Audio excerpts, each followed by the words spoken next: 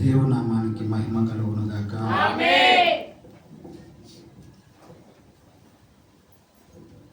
మొదటగా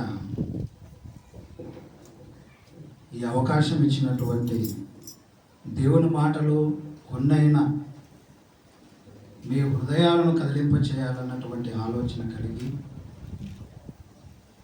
Samuel brother గారు నాకు ఈ అవకాశం ఇచ్చారు కనుక వింటున్నటువంటి మీరందరూ కూడా శ్రద్ధ కలిగి దేవుని వాక్యాన్ని వినగలిగితే ఆయన హృదయం వేదన ఏంటో, ఆయన ఎంత బాధపడుతున్నాడో మన కోసము ఖచ్చితంగా మీకు తెలుస్తుంది.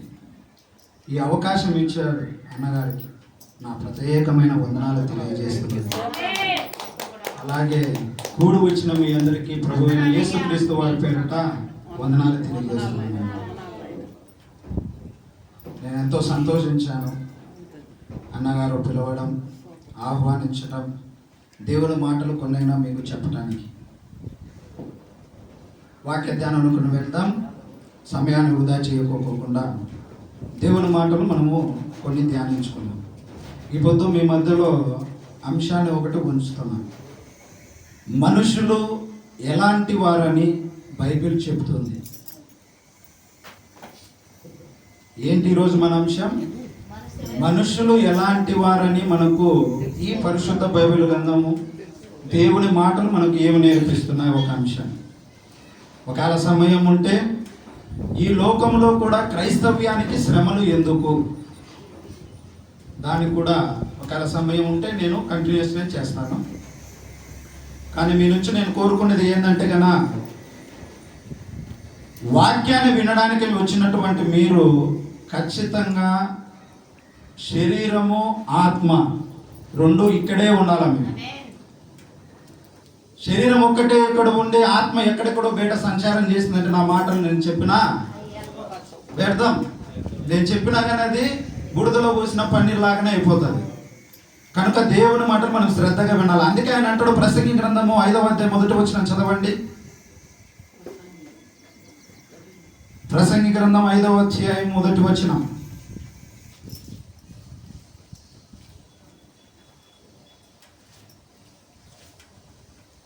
నీవు దేవుని మందిరమునకు పోవునప్పుడు నీ ప్రవర్తన జాగ్రత్తగా చూసుకునుము. ఏమంట? నువ్వు దేవుని సన్నిధానానికి వచ్చినప్పుడు ఎలాగుంది మన ప్రవర్తన?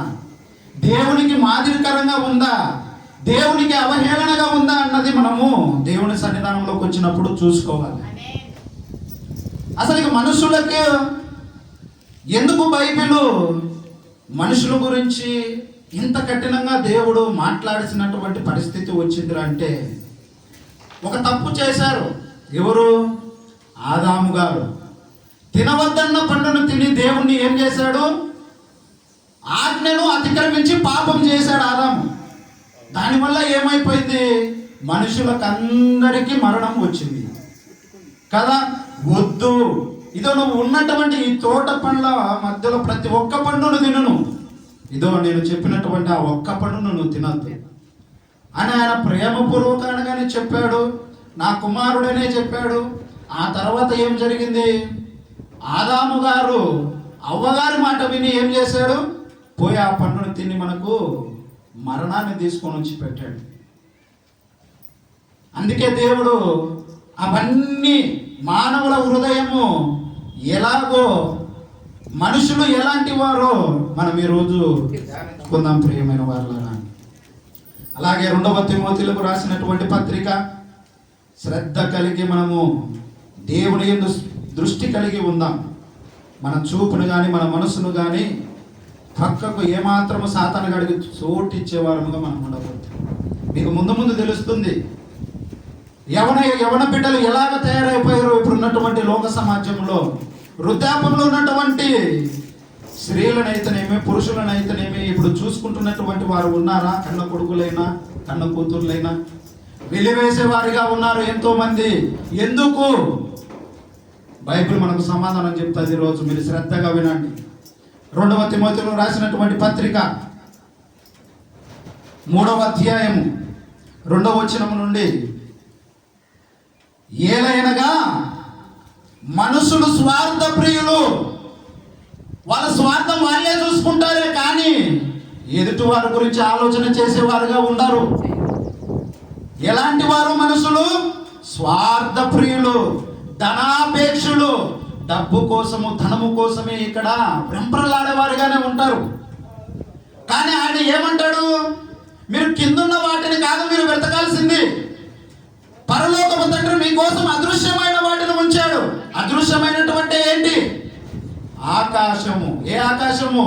క్రొత్త ఆకాశము, క్రొత్త భూమి. అవి మీకు కనిపిస్తాయా? కనిపించవు. మీకు పరలోకం మీకు కనిపిస్తుందా? కనిపించదు. అక్కడ ఆకలి దప్పులు ఏమి ఉండవంట. అవన్నీ మీకు కనిపిస్తాయా? కనిపించవు. వాటి కోసం కదా మీరు వెంపర్లాడాల్సింది, ప్రాకులాడాల్సింది. ఈ భూమి మీద ఉన్నప్పుడు ధనాన్ని కోసం వెంపర్లాడావు. మరణించిన తర్వాత నీతో వచ్చిన ఆ ధనము ఎవరన్నా నీతో వస్తారా? నా అనుకున్న వాళ్ళు ఎవరైనా వస్తారా నీతో? ఎంతగానో ప్రేమించినటువంటి తల్లిదండ్రులైనా సరే, కొడుకులైనా సరే, ఎవరైనా సరే మరణించిన తర్వాత నీతో ఎవరు రారు. కట్టుకున్న బట్ట కూడా నీతో రాదు. ఎవరు వస్తారు నీతో? మరణించి తిరిగి లేచినటువంటి సజీవుడుగా నిలిచినటువంటి నజరేయుడైన యేసే నీకు తోడుగా ఉంటాడు నువ్వు మరణించిన తర్వాత. అంటే ఇప్పుడు లేడాయా అంటే గనా ఇప్పుడు కూడా ఉన్నాడు మీ మధ్యలో, మనందరి మధ్యలో. అందుకే దేవుడు అనేకమైన మాటలు అపోస్తలుడైనటువంటి పౌలు తిమోతి గారి ద్వారా వ్రాయించాడు. ఈ మాటలని తిమోతి, సంఘములో ప్రతి ఒక్కరిని హెచ్చరించు. ఒక మనుషుడు ఎలా బ్రతకాలా, ఒక స్త్రీ సంఘములో ఎలా బ్రతకాలా, ఒక పురుషుడు ఎలా బ్రతకాలా, వృద్ధాప్యంలో ఉన్నటువంటి స్త్రీలను ఎలా గౌరవించాలో నువ్వు చెప్పయ్యా సంఘములని అపోస్తలుడైనటువంటి పౌలు తిమోతికి చెప్తూ రాస్తున్నటువంటి మాటలు ఇవి. ఆయన ఏదో పొద్దుపోక కూర్చొని చెప్పినటువంటి మాటలు కాదు ప్రియమైన వారలారా, దేవుని మాటలు. ఆయన హృదయంలో ఉన్నటువంటి వేదన మీకు అర్థం కావాలంటే మీరు బైబిల్ను ప్రతిరోజు ధ్యానిస్తే తప్ప మీకు అర్థం కాదు. ఇక్కడికి వచ్చి కూర్చొని ఊరిక కాలయాపన కోసం ఏదో గమ్మున కాసేపు కూర్చొని వెళ్ళిపోయి ఏదో నామకే వస్తే అందరూ ఆదివారం పుట్ల చర్చికి వెళ్తున్నారు, నేను వెళ్తాను చర్చికి అని వచ్చి కూర్చుంటే సరిపోదు. దైవజనుడు ఇక్కడ బోధిస్తున్నప్పుడు శ్రద్ధగా వినాలి ఆయన మాటలు. ఆత్మలో మీరు విన్న తరువాత వినేసి మీ అంతకు మీరు వెళ్ళిపోయి కాముగా ఉండేది కాదు. ఇతరులు కూడా అక్కడ ఉన్నటువంటి మీ బంధువులకు చెప్పాలా, మీ స్నేహితులకు చెప్పాలా. ఎందుకో తెలుసా? వాళ్ళు నిత్యాగ్నిలో పడిపోకూడదు. ఒక కన్న తండ్రి, కన్న తల్లి ఏ విధంగా అయితే తన కూతురు గురించి, తన కొడుకు గురించి ఎంత ప్రేమగా ఆలోచన చేస్తుంది. ఏమని? నా కొడుకు ఉన్నతంగా చదవాలా, ఒకరిని చేజాచి అడగకూడదు, నా కొడుకు బాగా బ్రతకాలా అని నువ్వు ఒక తల్లిగా ఆలోచన చేస్తావు, ఒక తండ్రిగా ఆలోచన చేస్తున్నావు. సంతోషమే. మరి అలాగే ఆ పరలోకపు తండ్రి కూడా ఏం ఆలోచన చేస్తున్నాడు తెలుసా?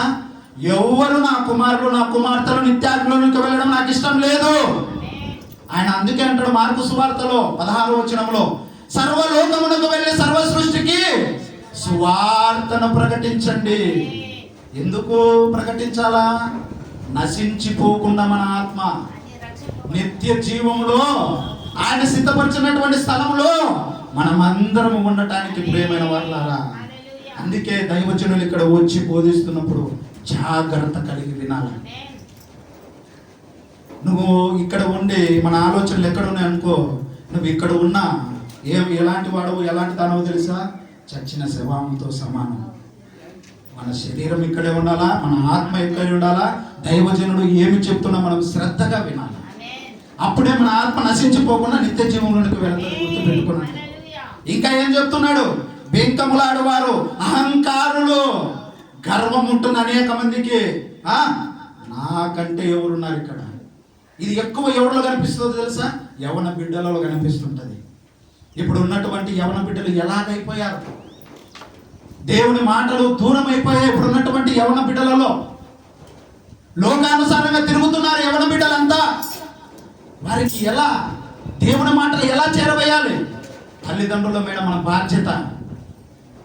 వారిని పెంచే విషయంలో కూడా నా కొడుకు నేను ఎలా పెంచుతున్నా, నా కూతుర్ని నేను ఎలా పెంచుతున్నా ఆలోచన చేయాలి.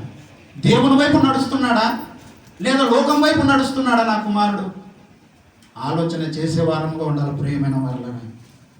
వారిలో చెడుతనము, చెడు అలవాట్లు వస్తున్నాయి అంటే కన్నా మనము దేవుని వాక్యాన్ని వారికి చెప్పడంలా, దేవుడు అంటే ఏందో వారికి తెలిసేలా మన మాటలు లేవు, మన ప్రవర్తన లేదు. అందుకే వారు అలా తయారైపోయారు. ప్రియమైన వారు అలా ఆలోచన చేయండి. వారిని దేవుని వైపు నడిపించే భారం మన మీద ఉంది. ఇంకా ఏం చెప్తున్నాడు? దేవుని సంఘములో జనులు ఎలాగో ప్రవర్తింపవలనో అది నీకు తెలియవలనని ఈ సంగతులని నీకు రాయించుచున్నాను. ఈ మాటలన్నీ ఎందుకు చెబుతున్నాను అనుకుంటున్నావు తిమోతి? సంఘాలలో ఇవన్నీ జరుగుతున్నాయి. ధనం కోసం వెంపర్లాడుతున్నారు. అది శాశ్వతమైనది కాదని నువ్వు వెళ్ళి చెప్పు. నిజమైనవన్నీ మా వాళ్ళతో రావని చెప్పు. మరణించిన తర్వాత వారితో వచ్చేది నేను నజరేయుడైన యేసుక్రీస్తు తప్ప ఇంకెవరు రారని చెప్పు తిమోతి వాళ్ళకు అని ఎలుగెత్తి ఆయన అపోస్తలుడైనటువంటి పౌలు తిమోతికి చెప్తున్నటువంటి మాటలు ప్రియమైన వాళ్ళరా. అందుకే ఆయన బాధపడుతున్నాడు. నిన్ను పుట్టించడానికి కారకుడైన, తల్లి గర్భములోనే నువ్వు కనక ముందే నేను రూపించుకున్నటువంటి వాడు ఆయనను మర్చిపోయామని. ఎలా మర్చిపోయాం? భర్తను ప్రేమించడంలో భార్య బిజీ అయిపోయింది, భార్యను ప్రేమించడంలో భర్త బిజీ అయిపోయాడు. వీళ్ళిద్దరు కలిసి పిల్లలను ప్రేమించడంలో బిజీ అయిపోయారు. కానీ నాకు భర్తనిచ్చినటువంటి ఆ ప్రభువును కనపరచలేకపోతున్నానని భార్య అనుకోలే. నాకు భార్యనిచ్చినటువంటి భర్త కూడా ఆ విధంగా ఆలోచన చేయాల. పిల్లలు అందరూ ఉన్నారు, సంతోషమే. కానీ కుటుంబం అంతా కలిసి దేవుని సన్నిధానంలో ఉందా? ఇప్పుడు లేరు. ఎందుకు లేరు? ఈ సాతానగాడు చూడండి, ఈ బంధాలు బంధవ్యాల మధ్యనే నలిపేస్తున్నాడు మనల్ని. ఈ ప్రేమను కురిపించి ఇవి శాశ్వతమైన ప్రేమలు కాదని మనకి తెలుసు. కానీ మన కన్నులకు పొరల్లాగా పౌలు గారికి ఏ విధంగా అయితే కనురెప్పుల పొరలు మూసుకుపోయాయో అలా మూసుకుపోయా మనకు. నిజమైన ప్రేమ ఎవరిస్తారో తెలుసా? ఆ దేవుడే తప్ప ఈ భూమి మీద ఎవ్వడు ఇవ్వలేడు. అది ఎవరి వల్ల కాదు. నువ్వెవరని నేనెవరని ఆయన కలువగిరిలో మరణించాడు. నేను నా కోసం పాపాల కోసం ఆయన ఎందుకు మరణించాడు? ఆయన ప్రేమను ఎందుకు మర్చిపోయారు? ఎందుకు ఎప్పుడన్నా ఆలోచన చేశారా? ఈ లోక బంధాలలో వాడు కట్టి పడేశాడు మనల్ని. నిజంగా ప్రేమించి ప్రాణాన్ని అర్పించినటువంటి ఆ ప్రభువును మర్చిపోయేలా చేశాడు ఈ బంధాల మధ్య. అది మనం కనుగొనలేకపోతున్నాం. ఇంకా మనుషుల స్వభావం పాపముడిలో పుట్టినప్పటి నుండి వాళ్ళ స్వభావం ఎలాంటి స్వభావము? అప్పుడు వాడు ఆదాము గారిని శోధించాడు, అవ్వను శోధించాడు. ఇప్పటికీ మనల్ని కూడా వాడు శోధిస్తూనే ఉంటాడు. చూడండి, రోమియోలకు రాసినటువంటి పత్రిక 3వ అధ్యాయము,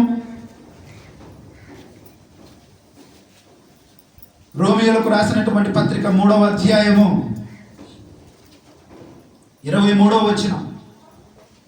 మీరు శ్రద్ధగా నా మాటలు వినండి. మీకు ప్రతి ఒక్కటి మీకు అర్థమవుతాయి. దేవునికి మరింత దగ్గరగా మీరు వెళతారు. రోమియోలకు రాసినటువంటి పత్రిక 3వ అధ్యాయం 23వ వచనం. ఏ భేదమును లేదు, అందరూ పాపము చేసి దేవుడు అనుగ్రహించు మహిమను పొందలేకపోవచ్చున్నారు. ఏం పాపం చేస్తున్నాం? ఎప్పుడన్నా ఆలోచన చేశారా? మనం అందరము సమర్థించుకుంటుంటాం మనల్నే. నేనేం పాపం చేసినా నేను బాగానే ఉన్నా, నేనేం తప్పు చేసినా నేను బాగానే ఉన్నా.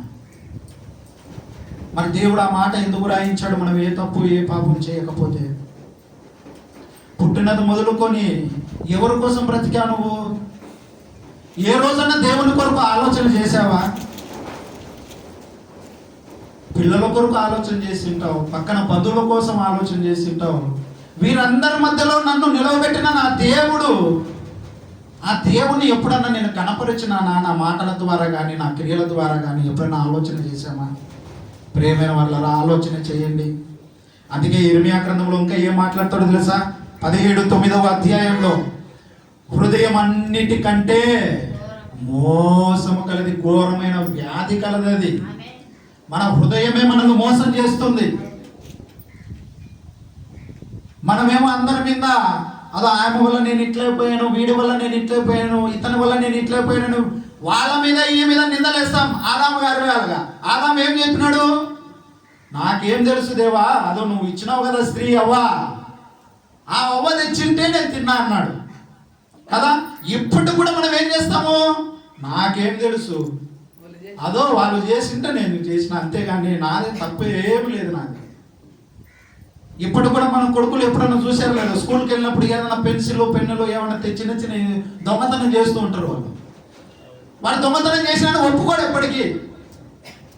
నాకేం తెలుసు మా ఆడపడింటే నేను తీసుకున్నా అంటే అది దొంగతనమే కదా, నాడు చేయకూడదు అంటే ఆ దొంగతనం ఎట్లయితే ఆడపడింది నేను తీసుకున్నాను అంటాడు. అట్లా దేవుని మనసును ఎరగడం వల్ల ఎవరు, ఆయన హృదయంలో వేదన ఎవరు అసలు ఆయన బాధ ఏంటో కనుగొనలేకపోతుంది నేటి క్రైస్తవ్యం. ఇంకా మనకు మాట్లాడుతున్నటువంటి మాటలు చూడండి, ముందు ముందు వెళుతూ రోమీయులకు రాసినటువంటి పత్రిక 3వ అధ్యాయం, అపోస్తలుడైనటువంటి పౌలు రోమీయులకు రాసినటువంటి పత్రిక 3వ అధ్యాయం 10వ వచనం.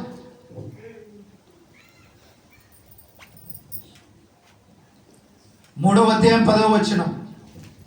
ఇందును గురించి రాయబడినది ఏమనగా, నీతిమంతుడు లేడు, ఒక్కడును లేడు, గ్రహించువాడు ఎవ్వడును లేడు. ఏం గ్రహించలేకున్నాడు ఎవరు? దేవుని మనస్సు, దేవుని ఆలోచన, దేవుని నడిపింపు. ఇన్ని రోజులుగా మనం ఇంతమంది మనం వస్తున్నాం, ఏది మన బ్రతుకులు మారింలేదు. విన్నప్పుడు ఒక గంట సేపు వాక్యాన్ని విన్న తర్వాత నిజంగానే నేను బ్రతకాలని, ఈ విధంగా నేను దేవునికి ఇష్టకరంగా బ్రతకాలని, నేను ఇంకా ఎవరి మాట వినేదే లేదు అని వెళ్ళిపోతాం. బయటికి వెళ్ళిపోయినాక మరలా ఏమైపోతాం? లోకంలోకి వెళ్ళిపోతున్నాం.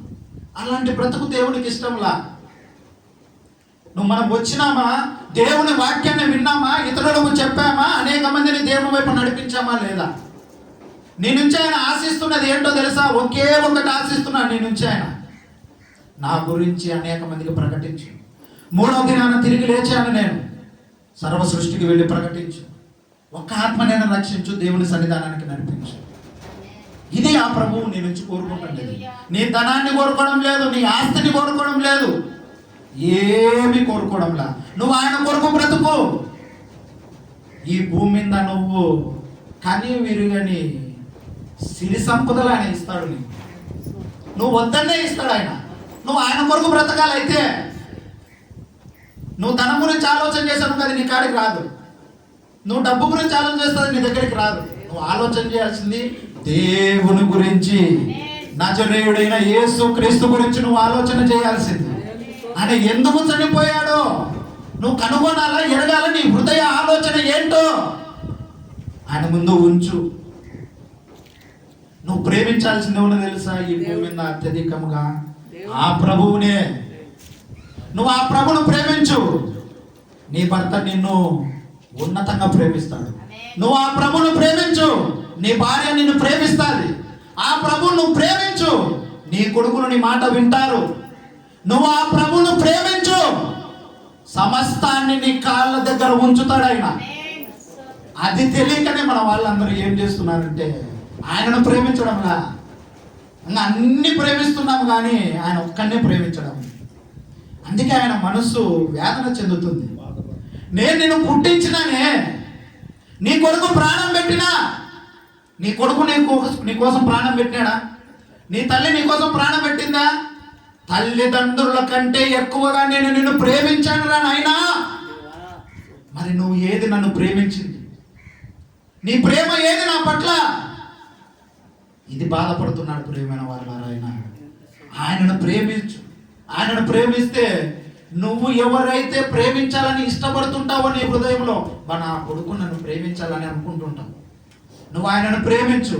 నీ కొడుకు మనసు మార్చి నీ ముందర నిలవబెడతాడు నీ కొడుకు. దేవుడు నామానికి మహిమ కలుగును.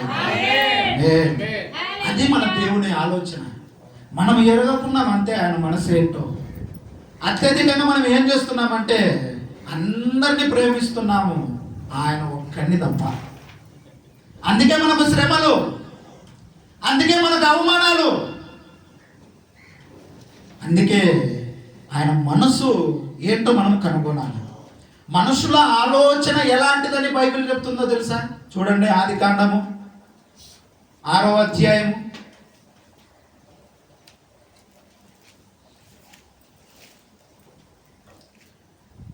ఆదికాండము 6వ అధ్యాయము 5వ వచనం, 6వ వచనం.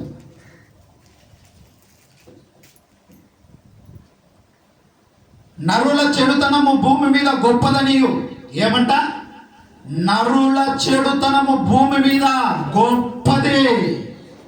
వారి హృదయం యొక్క తలంపుల్లోనన్ని ఊహలంతయు ఎల్లప్పుడూ కేవలము చెడ్డదని యెహోవా చూచెను.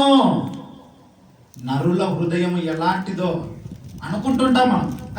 నేను చేసేది 4 గోడల మధ్యలో ఎవరు చూస్తున్నారు నన్ను, ఎవరు నన్ను చూస్తున్నారు నేను చేసేది అని అనుకుంటున్నావేమో. ఖచ్చితంగా ఆ ప్రభువు చూస్తున్నాడు.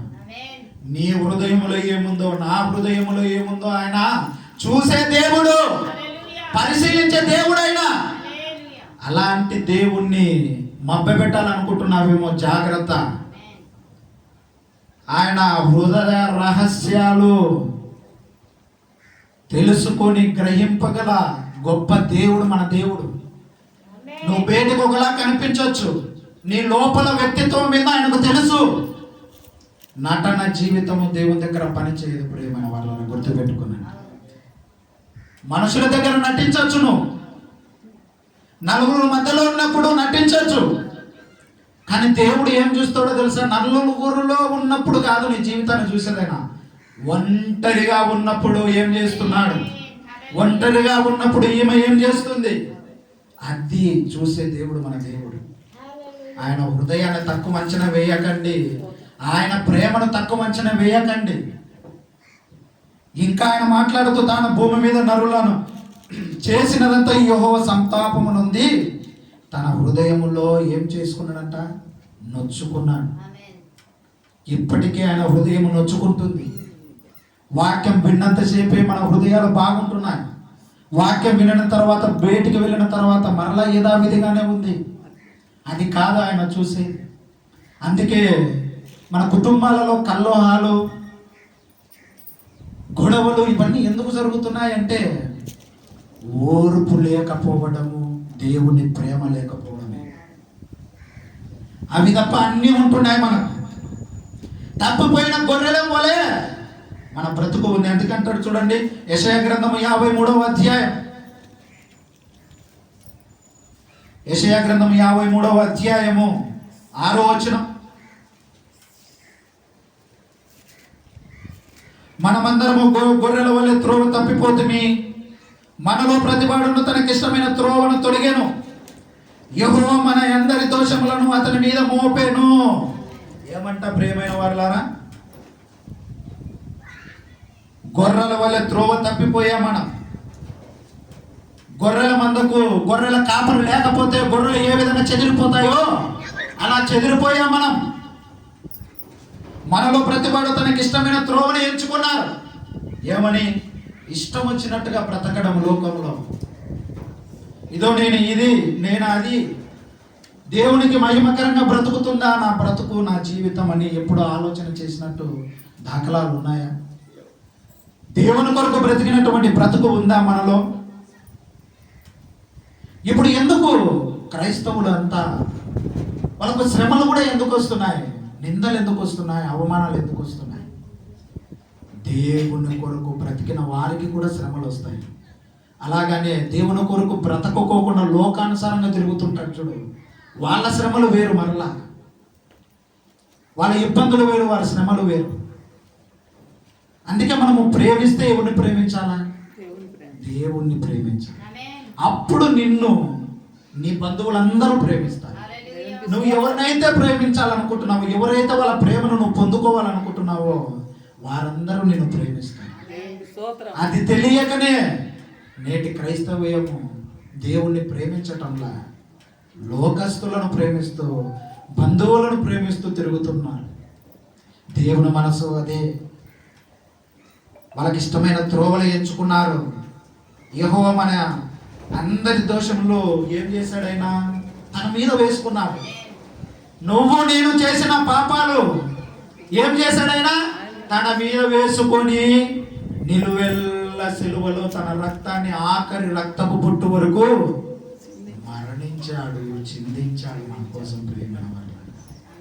మరి అలాంటి దేవుణ్ణి ఎందుకు నువ్వు వదిలేశావు? లోక ప్రేమను ఎందుకు నువ్వు ప్రేమిస్తున్నావు? ఆయనను ప్రేమించు చూడు, ఎదుటివారి హృదయంలో ఏముందో నీకు తెలుస్తుంది. ఎదుటివారు నీ గురించి ఏ ఆలోచన కలిగి ఉన్నారో నీకు తెలుస్తుంది. ఆయనను ప్రేమించావంటే నువ్వేం చేస్తావు తెలుసా? ఈ బైబిల్ చదువుతావు. ఈ బైబిల్ చదివితే నీకేమర్థమవుతుందో తెలుసా? మనుషులతో ఎలా ప్రవర్తించాలో నీకు తెలుస్తుంది. నీ చుట్టూ ఉన్నటువంటి మనుషులతో ఎలా ప్రవర్తించాలో నీకు నేర్పిస్తుంది బైబిల్. అలాగే ఎదుటివారు నీతో మాట్లాడుతున్నప్పుడు వారు ఏ ఆలోచన కలిగి నీతో మాట్లాడుతున్నారో దేవుడు నీకు తెలియపరుస్తాడు. హల్లెలూయా. దేవుని నామానికి మహిమ కలుగును గాక. అలాంటి దేవుడు ప్రియమైన వారలారా మన దేవుడు. ఇంకా ఏం చెప్తున్నాడు చూడండి, మత్తయి సువార్త 26వ అధ్యాయం. మత్తయి సువార్త 26వ అధ్యాయం 41వ వచనం. మత్తయి సువార్త 26వ అధ్యాయం 41వ వచనం. మీరు శోధనలో ప్రవేశించుకున్నట్లు మెలకువగా ఉండి ప్రార్థన చేయుడి. ఆత్మ సిద్ధమే కానీ శరీరము బలహీనమని పేతురుతో చెప్పాను. ఆత్మ ఏమో సిద్ధంగా ఉంది, దేవుని వాక్యాన్ని వినాలి, దాని ప్రకారం నడుచుకోవాలి అని ఆత్మ సిద్ధంగా ఉంది. కానీ ఈ శరీరం సహకరించడు. ఎక్కడ లేని నొప్పులన్నీ దేవుని సన్నిధానంలో కూర్చున్నాకనే వస్తాయి. మనం ఎక్కడ లేని నిద్ర ఈడుకొచ్చినాకనే వస్తుంది మనకు నిద్ర. అక్కడికి వెళ్ళినాక ఉండదు. ఇంకా బయటికి వెళ్ళి చూడు, ఒక సినిమా వేసామనుకో, ఒక నాటకం ఏదైనా వేశారమో, మొగల రేకులో ఏంటో ఉన్నాయి సీరియల్, అవి వేస్తే అట్నే ఎంతసేపు చూస్తారు? గంటలు గంటలు గంటలు గంటలు. పక్కన వచ్చి పిలుస్తుంటారు, కోడలు వచ్చి అత్త నువ్వు భోంచేదు రా, అత్త బా తిందురా అమ్మా అని పిలుస్తున్నా రాదు. అయిపోయిందమ్మా, ఒక్క నిమిషం వాళ్ళు రారు. అక్కడ కూర్చుంటాం. ఎన్ని గంటల సేపైనా, ఎంతసేపు అయినా ఉంటాం, సినిమా హాల్లో అయినా ఉంటామే. కానీ దేవుని సన్నిధానంలో కూర్చొని ఉండాలంటే నిద్ర వస్తుంది, మోకాలు నొప్పులు వస్తాయి, తలనొప్పి వస్తుంది, అలా తూగు వస్తూనే ఉంటుంది. ఎందుకు? ఆలోచన చేశారు ఎప్పుడైనా? సాతాను గాడి క్రియ, వాడు వినకూడదు వాక్యమని నీకు లేనిపోని ఆలోచనలన్నీ కలగజేస్తూ ఉంటాడు. నువ్వు ఎంతసేపు వింటావులే వాక్యం, బా ఇంటికి బా లోపల అంటా ఉంటాడు వాడు. ప్రేమగా కూర్చొని ఇష్టపూర్వకంగా. అందుకే దేవుడు ఏమంటాడంటే, ఇందాక అన్నగారు చెప్పినట్టుగా సామ్యూయల్ బ్రదర్, ఇష్టము కలిగి ఉండాలా. అబ్బా ఏం చెప్తాడు ఈరోజు దైవజనుడు, ఆ వాక్యానికి నేను కట్టుబడి ఉండాలిరా. అలా ఇష్టపడి కూర్చుంటేనే వాక్యం నేను చెప్పింది కూడా మీకు అర్థమవుతుంది. కానీ ఏదో నామకే వాస్తవం వచ్చి కూర్చున్నంత మాత్రాన మీకు అర్థం కాదు వాక్యం. వేస్ట్. మనం కూర్చొని కూడా ప్రయోజనం కాదు. ఈ సమయాన్నంతా వృధా చేసిన వారమే అవుతాం మనం. అందుకే దేవుని మనసు ఏందో, ఆయన ఆలోచన ఏంటో మనం తెలుసుకోవాలి. అందుకే అంటాడు చూడండి, యాకోబు రాసినటువంటి పత్రిక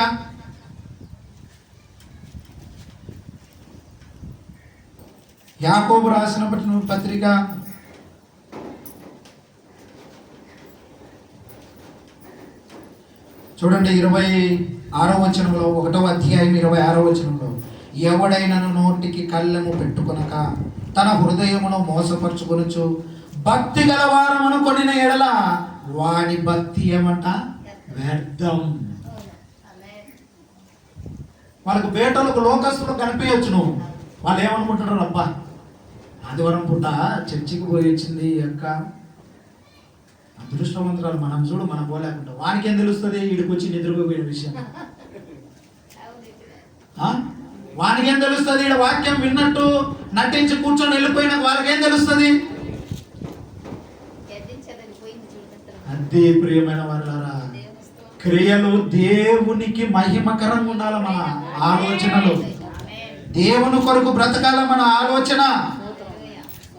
అందుకే ఆయన అంటాడు చూడండి, అదే 1వ అధ్యాయం 22వ వచనంలో చూడండి, మీరు వినువారు మాత్రమై మిమ్ములను మీరు మోసపుచ్చుకొనకుండా వాక్య ప్రకారముగా ప్రవర్తించువారై ఉండుడి. ఏమంట? నేను విన్నానులే అని నిన్ను నువ్వు మోసపుచ్చుకోవాకు. నీ క్రియలు చెబుతాయి నువ్వు విన్నావా లేదా వాక్యాన్ని. బయటికి వెళ్ళిన తర్వాత నీ ప్రవర్తన చెప్తుంది. నువ్వు అన్యుల వల్లే నువ్వు కూడా బ్రతికినావంటే నువ్వే విన్నట్టు వాక్యం.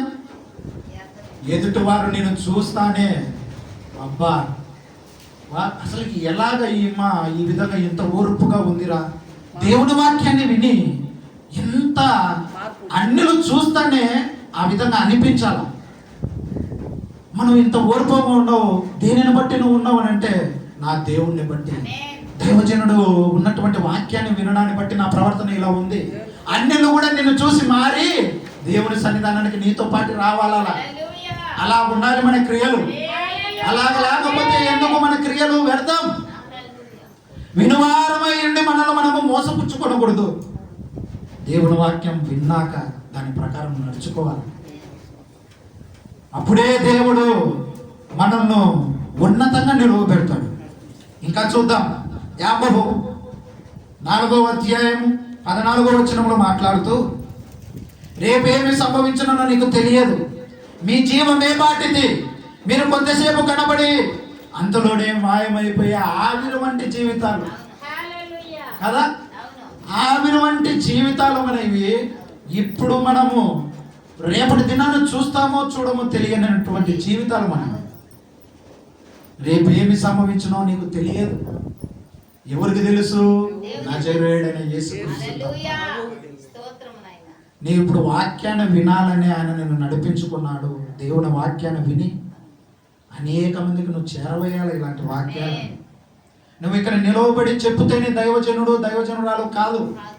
బయటికి వెళ్ళి కూడా నువ్వు ప్రకటిస్తే నువ్వు దైవజనురాలివే, దైవజనుడవే. అందుకే ఆయన 5,000 మంది ఆయన వాక్యాన్ని ప్రసంగాన్ని విన్నారు. తెలుసా మీకు?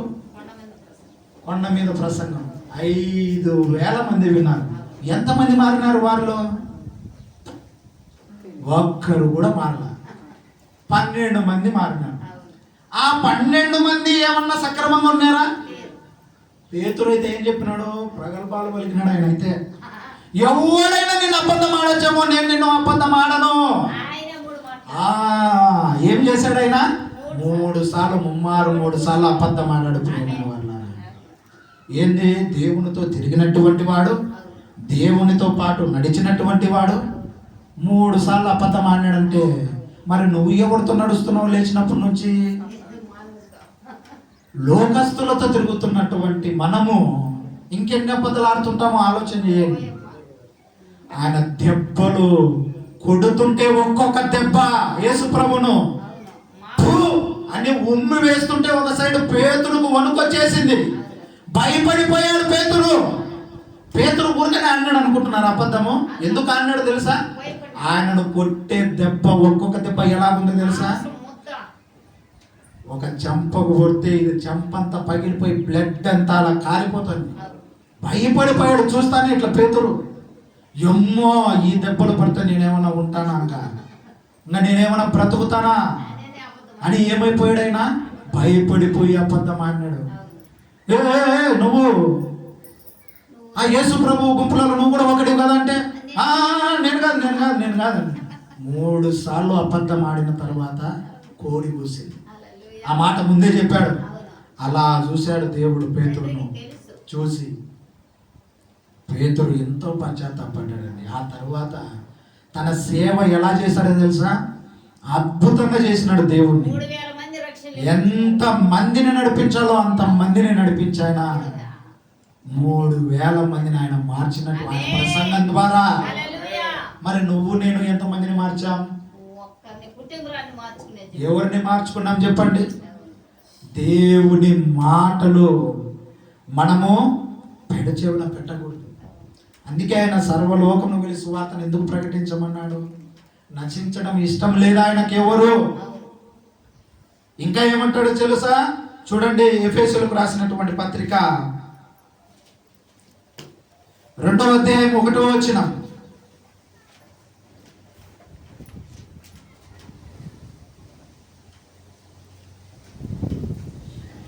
మీ అపరాధముల చేత పాపముల చేత మీరు చచ్చిన వారై ఉండగా ఆయన మిమ్మల్ని క్రీస్తులో కూడా బ్రతికించను.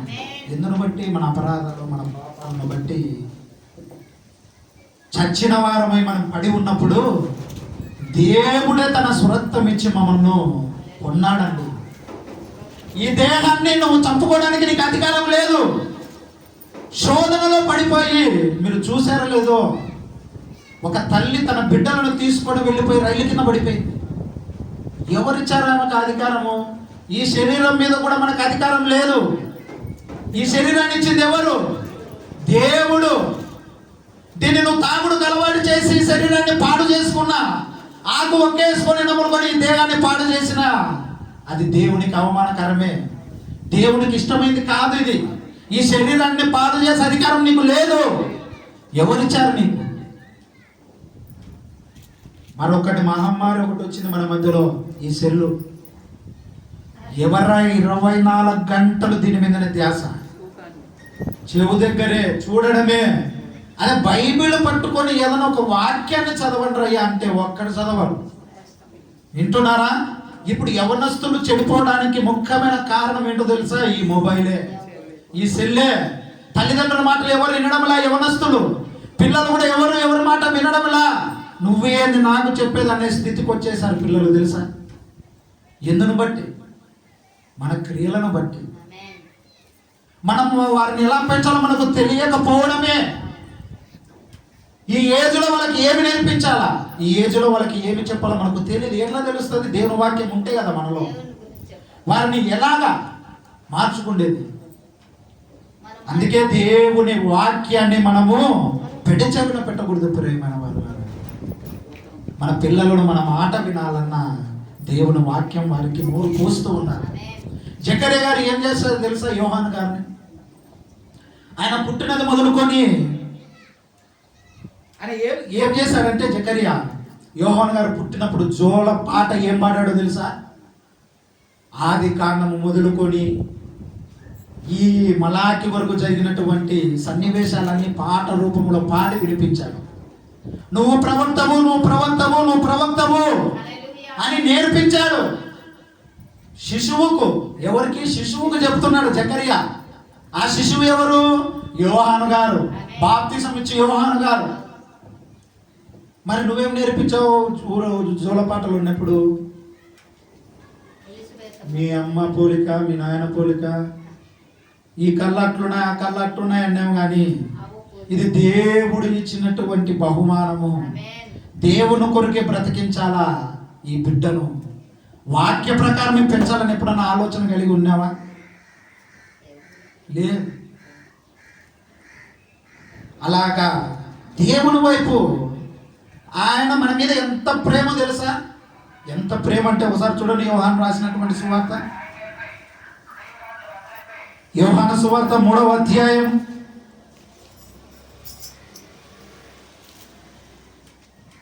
16వ వచనం. యోహాను సువార్త 3వ అధ్యాయం 16వ వచనం. దేవుడు లోకమును ఎంతో ప్రేమించెను కాగా ఆయన తన అద్వితీయ కుమారునిగా పుట్టిన వాడి యందు విశ్వాసం ఉంచువాడు నశింపగా నిత్య జీవం పొందునట్లును అనుగ్రహించెను. లోకము తన కుమారుని ద్వారా రక్షణ పొందుటకే గాని లోకమునకు తీర్పు తీర్చుటకు దేవుడు ఆయనను లోకమునకు పంపలేదు. ప్రియమైన వాళ్ళారా, దేవుడు మనను ప్రేమించినాడు కనుక ఏం చేసినాడు? తన కుమారుణ్ణి భూమి మీదకి పంపించినాడు. పాపాకారముతో తన శరీరమును ఈ భూమి మీదకి పంపించినటువంటి వాడు. ఒక మనుషుడు ఎలా బ్రతకాలో, దేవుని యందు ఎలాంటి ప్రేమ కలిగి ఉండాలో, తండ్రి పట్ల ఎలాగా మన క్రియలు మన ప్రవర్తన ఎలాగ ఉండాలో తన కుమారుణ్ణి ఏం చేశాడు? ఈ భూమి మీదకి పంపించాడు. నీ మీద నా మీద ఎంత ప్రేమ లేకపోతే తన కుమారుణ్ణి భూమి మీదకి పంపించుంటాడు? ఆ దేవుణ్ణి ఎందుకు పంపించాడు? ఎప్పుడైనా ఆలోచన చేసావా? ఎందుకు? నిన్ను నన్ను అంత ప్రేమిస్తున్నాడు. ఇష్టమైన తల్లి తండ్రి తన కుమారుని ఏ విధంగా అయితే ఇష్టపడతారో, కూతురునైనా తల్లినైనా, ఒక చిన్న దెబ్బ తగిలినా కానీ తండ్రి ఒప్పుకుంటాడా? అమ్మో నా బిడ్డకు దెబ్బ తగిలింది అని పూర్ణ ఏడ్చడా? అంతకంతకు 1000 రెట్లు బాధపడుతున్నాడు ఆ తండ్రి కూడా మన పట్ల. అందుకే ఆయన చూడు, యోహాను సువార్త 1వ అధ్యాయం 14వ వచనంలో మాట్లాడుతూ, వాక్యము శరీరధారి కృపా సత్య సంపన్నుడుగా మన మధ్యలో నివసించెను, తండ్రి వలన కలిగిన అద్వితీయ కుమారుడని మహిమ వలె మనము ఆయనను మహిమను కనుగొంటే. ఎవరి ద్వారా కనుగొన్నాను ఆయన మహిమను? తండ్రి మహిమను కుమారుని ద్వారా కనుగొన్నాము ఆయన మహిమను. మరి ఆయన భూమి మీదకి వచ్చాడు, మరణించాడు, తిరిగి లేచాడు. ఇంత చేసినటువంటి ఆ దేవునికి ఏమి చేశావు? ఏమి చేశావు? ఆయన రుణము కూడా నువ్వు తీర్చగలిగే అధికారం ఉంది నీకు ఇప్పటికీ, తెలుసా? ఏంటా రుణం? వాక్యాన్ని ప్రకటించు, ఆత్మను రక్షించి దేవుని సన్నిధానంలో నిలవబెట్టు, నీతిగా బ్రతుకు, యథార్థంగా బ్రతుకు. అదే నువ్వు ఆయనకు రుణం తీర్చగలిగే వాడవవుతావు, దానవుతావు. తెలుసా? ఆయన రుణం తీర్చేది ఈ విధంగా తీర్చుకోను. మనం తీర్చలేమన్నది వాస్తవమే, కానీ తీర్చే అధికారం కూడా ఆయన మనకి ఇచ్చాడు. ఈ విధంగా మీరు తీర్చండి అని. ఇంకా ఏం చెప్తున్నాడు ఆయన? ఇంకా మన మీద ఎంత ప్రేమను వెల్లడిపరుస్తున్నాడో చూడండి. రోమియోలకు రాసినటువంటి పత్రిక 5వ అధ్యాయం 8వ వచనం. రోమియోలకు రాసినటువంటి పత్రిక 5వ అధ్యాయము 8వ వచనం. అయితే దేవుడు మన ఎడల తన ప్రేమను వెల్లడిపరుచుచున్నప్పుడు, ఎట్లనగా మనం ఇంకను పాపులమయ్యుండగా క్రీస్తు మన కొరకు చనిపోయాడు. పాపులంగా ఉన్నప్పుడే ఎవరు చనిపోయారు? ఆ ప్రభువే చనిపోయారు. నువ్వు తప్పు చేస్తానంటే నీ తల్లిదండ్రులు నేను ఇంట్లోకి రాణిస్తారా? ఒక తప్పు, చిన్న తప్పు ఈ భూమి మీద చేస్తే నీ తల్లిదండ్రులే నిన్ను క్షమించకపోతే మరి ఆ ప్రభు నిన్నెందుకు క్షమించాలి? ఎందుకు క్షమిస్తాడో తెలుసా? ఆయన నిన్ను అంత ప్రేమిస్తున్నాడు కనుక, నీ ప్రేమ ఆయన కావాలి కనుక. అది తెలీదు మనకు, ఆ ప్రేమను ఇవ్వలేకపోతున్నాం. దేవుని కొరకు బ్రతకాల్సినటువంటి ఈ బ్రతుకు, ఈ శరీరం ఎవరి కోసం బ్రతుకుతుంది? లోకస్తుల కోసం బ్రతుకుతుంది. యవన బిడ్డలు ఏమంటాడో తెలుసా? నువ్వు ఎవరి కొరకు బ్రతుకుతావురంటే, ఎవరికి ఇస్తావురా నువ్వు ప్రాణం అంటే ఏమంటాడు వాడు? మొన్న వచ్చినటువంటి ఎవరన్న మధ్యలో ఒక అమ్మాయి వచ్చిందనుకో, ఆ అమ్మాయి కోసం నేను మరణిస్తా అంటున్నా. మధ్యలో వచ్చిన ఆమె కోసము మా ఊర్లో జరిగింది సంఘటన. ఇన్నేళ్ళు కని పెంచి పెద్ద చేసిన అమ్మను మర్చిపోయాడు, బ్రతుకునిచ్చినటువంటి ఆ దేవుణ్ణి మర్చిపోయాడు. ఎవరి కోసం మరణిస్తాడంట? మొన్న వచ్చినటువంటి ఒక అమ్మాయి కోసం మరణిస్తాడంట. ఏమి నేర్పిస్తున్నారు నేటి తల్లిదండ్రులు పిల్లలకు? పిల్లలు ఎటుపోతున్నారో తెలియని పరిస్థితి, దుస్థితి. అందుకే దేవుని సన్నిధానంలోకి వస్తే ఎవరిన బిడ్డలను కూడా ఎలాగ పెంచాలో ఈ వాక్యం నేర్పిస్తుంది మనకు. నీ భర్తతో నువ్వు ఎలా ఉండాలో ఈ వాక్యం నేర్పిస్తుంది. అలాగే భర్త కూడా భార్యతో ఎలా ఉండాలో ఈ వాక్యమే నేర్పిస్తుంది నీకు. ఇవన్నీ తెలియకోకుండా నామకార్థ క్రైస్తవులా మనం వీడు వచ్చి కూర్చొని వెళ్ళిపోతే ప్రయోజనం ఉండదు. చచ్చిన వాడితో సమానం మనం, దేవుని వాక్యం మనలో లేకపోతే. అందరూ అనుకుంటుంటారు మరణమే ముగింపు రాంగ, మరణించినాక ఏం లేదని. అసలు జీవితం మరణించిన తర్వాతే ఉండేది, తెలుసా? మరణించిన తర్వాత ఏముంటాయి అక్కడ? ఆ ప్రభువుతో నువ్వు దానియేలు, దావీదు, యోహాను గారు వీరినందరినీ ఎక్కడ చూస్తావు? నువ్వు అక్కడ చూస్తావు మరణించిన తర్వాత. అయ్యా అపోస్తలుడైన పౌలును కూడా చూస్తావు, దావీదును కూడా చూస్తావు. మా దావీదు గారు నీ గురించి గొప్ప గొప్పగా మేము విన్నామండి, ఇదో ఇప్పుడు మేము మీ కళ్ళారా చూస్తామని మహిమ శరీరంతో ఆయన చూస్తావు, తెలుసా? మరి అంత గొప్ప భాగ్యాన్ని నువ్వు వదులుకొని వెళ్ళిపోతున్నావు. ఇదే నాన్న జీవితం అనుకొని బ్రతుకుతున్నావు. ఇది కాదు జీవితం, మరణించిన తర్వాత ఉంది అసలు జీవితం. దానికోసం నువ్వు బ్రతకాల్సింది. నువ్వు ఈ శరీరాన్ని పెట్టుకొని ఈ శరీరం ఎట్లా చెప్తే అట్లా వింటున్నావు. దీన్ని కాదు మాట వినాల్సిన. నీలో ఉన్నాడు ఒకడు పరిశుద్ధాత్ముడు. తప్పు చేసినప్పుడల్లా నేను హెచ్చరిస్తుంటాడు. నువ్వు చేసే తప్పు అలా చేయకూడదని ఎప్పుడన్నా ప్రతి ఒక్కరికి జరిగింటుంది. అయినా కానీ చేస్తామా? మన దేవుడి సన్నిధానంలోకి వచ్చి ఏం చెప్తామో తెలుసా? తెలిసి తెలియక ఏమన్నా తప్పులు చేసి ఉంటే క్షమించిన ఆయన అంట. తెలిసి ఏమి నువ్వు తెలిసే చేస్తున్నావు తప్పులు, తెలిసి తెలియక ఏం చేయవు. అంతగా వెర్రోళ్ళగా పుట్టించిన మనలో దేవుడు. ఇది మైక్ అని నీకు తెలీదు, చూస్తున్నప్పుడు మైక్ అని తెలుసు, ఇది బల్లా అని తెలుసు, ఇది దేవుని మందిరం అని తెలుసు, పాపం అంటే ఏంటో కూడా తెలుసు, నిత్య జీవం ఎలాగొస్తుందో వాక్యం వింటే తెలుస్తుంది. ఇన్ని తెలిసిన నువ్వు మన దేవుని సన్నిధానానికి వచ్చి ఏం చేస్తావు? తెలిసి తెలియక ఏమైనా తప్పులు చేస్తే క్షమించు. తెలిసి తెలియకేమిలా, తెలిసే చేస్తాం మనం తప్పులు. అదొక మనకి ఏంటంటే కన్నా ఆదాము గారి ద్వారా నుండి వచ్చింది, తప్పును కప్పుపుచ్చుకుండేది. అలా ఉండకూడదు మన జీవితం. యథార్థముగా దేవుని పట్ల ఉండాల. నిజంగానే ఆ యథార్థత లేకపోతే వ్యర్థం. మనుషులు ఎలాంటి వారని చెప్తుంది బైబిల్? స్వార్థ ప్రియులు, ధనాపేక్షలు, ప్రేమించే వాళ్ళు ఎవరు లేరు ఈ భూమి మీద, ఒక నజరేయుడైన యేసుక్రీస్తు తప్ప అని నీకు బైబిల్ ఇది నేర్పిస్తుంది.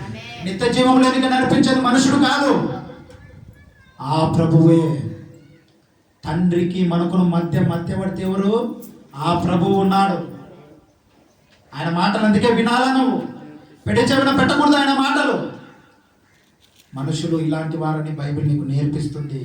చూడండి ఇంకా 1 కొరింథీయులకు 6వ అధ్యాయం 20వ వచనం. శ్రద్ధగా వినండి నా మాటలు. మీకేమైనా బోరింగ్ అనిపిస్తున్నాయా దేవుని మాటలు? సంతోషం. 1 కొరింథీయులకు 6వ అధ్యాయం 20వ వచనం.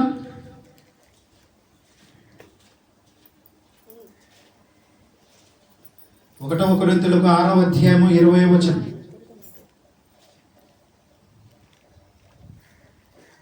విలువ పెట్టి కొనబడిన వారు గనక. ఎవరు విలువ పెట్టి కొనండి? మనను కొన్నది ఎవరు? విలువ పెట్టి ఆ ప్రభువు ఉన్నాడు. అందుకే అంటున్నాడు చూడండి, విలువ పెట్టి కొనబడిన వారు గనుక మీ దేహముతో దేవుని మహిమ పరచవలెను. దేవుని నామానికి మహిమ కలుగును గాక.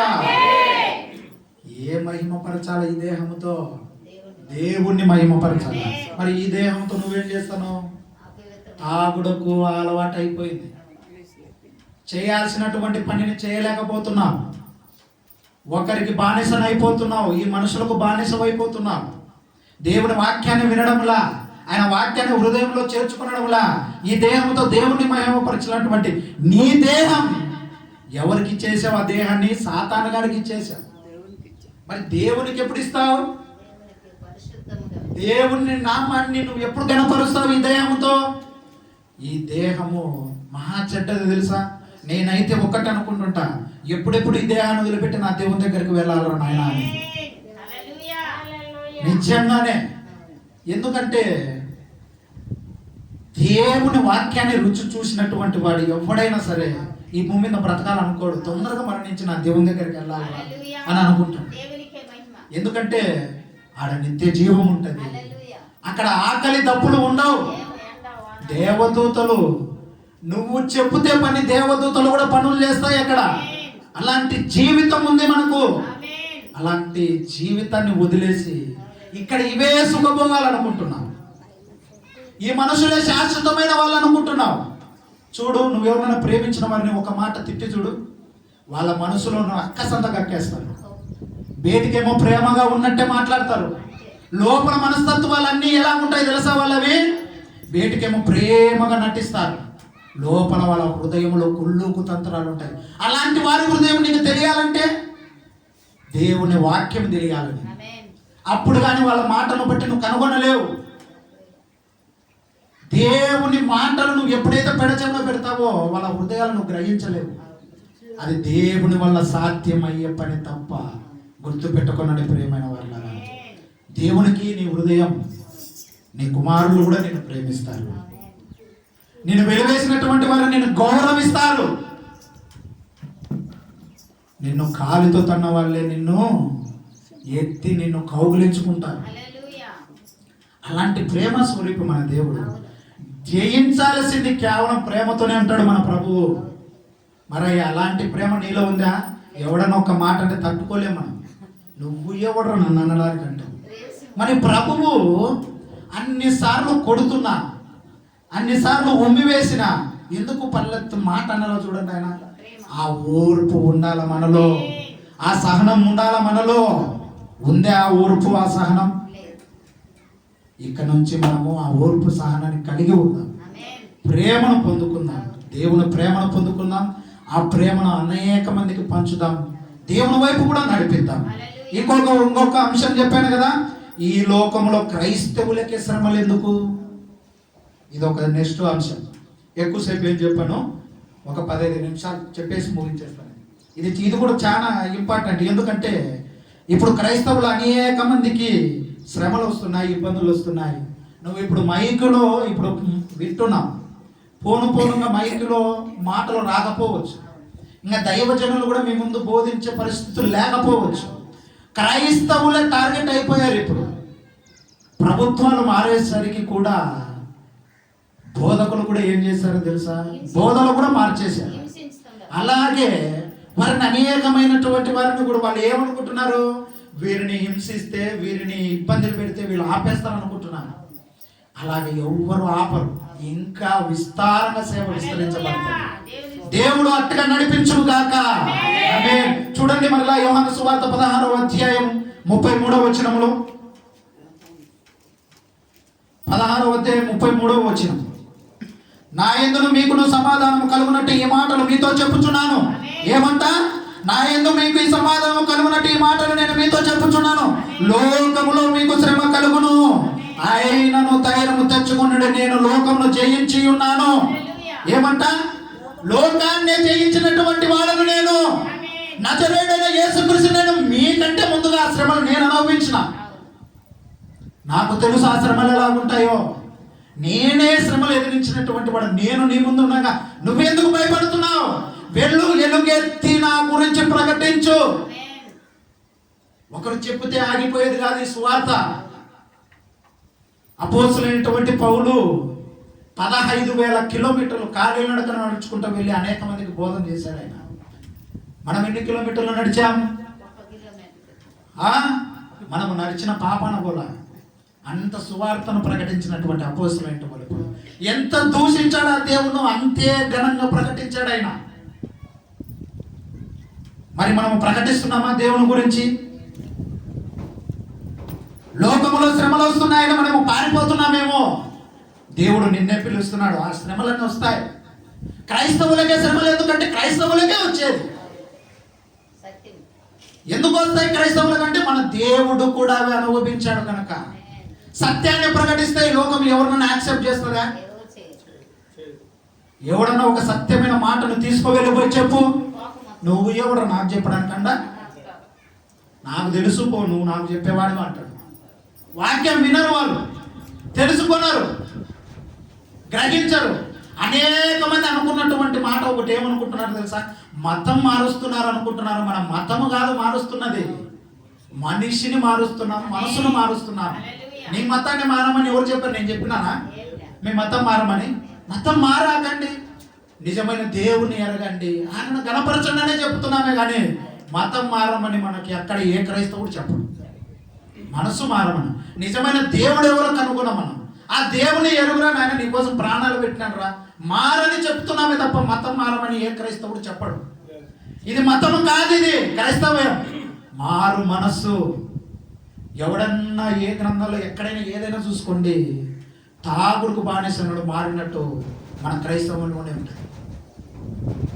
వ్యభిచారం చేసి, మానభంగాలు చేసి, హత్యలు చేసినటువంటి వారు మారినట్టు లేరా? సాక్ష్యాలు ఎంతమంది చెప్తున్నారు, వినడం లేదా మనము? మరి ఇంతమంది పాపము ఊపిలో ఉన్నవారిని సైతము బయటికి తీసుకొచ్చినటువంటి దేవుడు మన దేవుడు. మనం ఎక్కడ చెప్పాం మీరు మతం మారండి అని? మన మతం గారు మారమంటలేదు, మనస్సు మార్చుకోమని చెప్తున్నాం తప్ప. వాళ్ళ అపార్థం చేసుకున్నాడు సాతాను గాడు, ఆ విధంగా వాళ్ళ మనస్సును మార్చాడు. అందుకే అలా తయారైపోయారు ప్రియమైన వాళ్ళారా. అందుకే ఆయన అంటున్నాడు, మీరు ఈ మాటలన్నీ చెప్తున్నారు, మీకు శ్రమలు వస్తాయి, ధైర్యం కలిగి ఉండండి. మిమ్మల్ని అవమానపరుస్తారు. నన్నే అవమానపరిచినారు, నా గురించి ప్రకటిస్తున్నా, మిమ్మల్ని అవమానపరచరా? ఈ భూమి మీద మీరు నా కొరకు ఎన్ని హింసలు పడ్డారో, పరలోకానికి వచ్చినప్పుడు ఆ హింసకు తగినటువంటి ఫలితం ఎలా ఉంటుందో మీ ఊహ కూడా అందదు. అంతటి ప్రేమను కురిపిస్తాడు మనకు ఆ ప్రభువు, తెలుసా? చూడండి ఒకసారి మరలా 2వ తిమోతిలకు రాసినటువంటి పత్రిక 3వ అధ్యాయం 12వ వచనం చూడండి.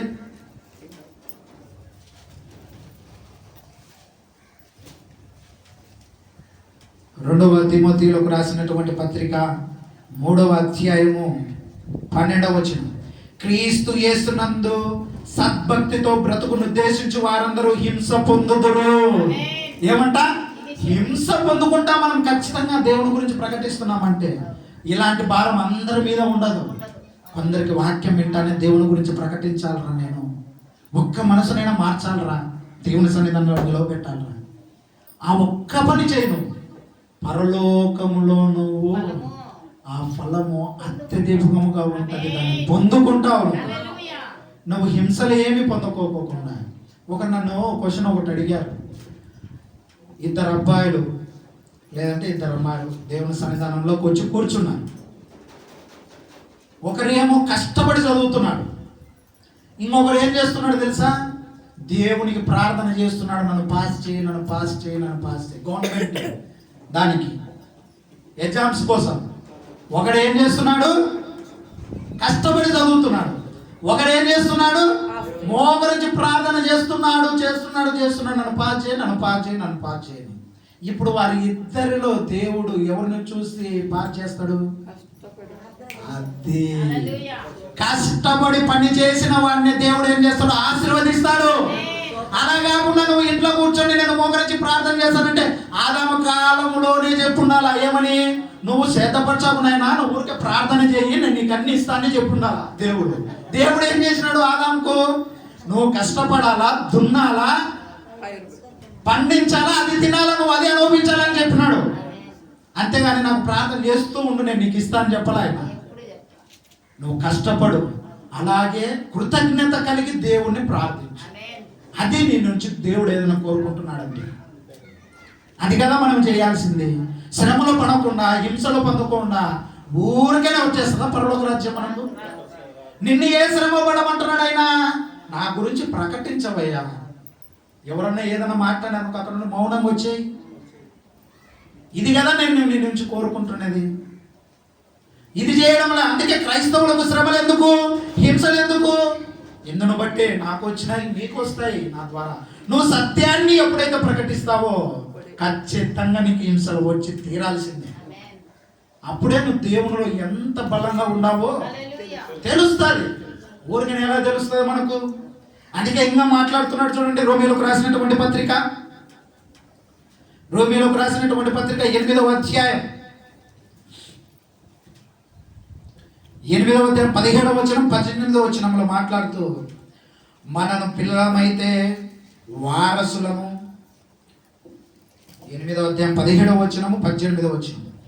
మనము పిల్లలమైతే వారసులము అనగా దేవుని వారసులము, క్రీస్తుతో కూడా మహిమ పొందుటకు ఆయనతో శ్రమ పడిన ఎడల క్రీస్తు తోడు ఏమవుతాం? మనం వారసులు. మొత్తం దేవుని వారసులుగా పిలువబడతాం. మనం శ్రమ పడాల. మనం శ్రమలు పడి కొద్దిగా ఎవరైనా అబ్బా ఈ సేవ లేకుండా నాకెందుకు వచ్చిన కర్మ అనుకునే వాళ్ళు కూడా ఉన్నారు.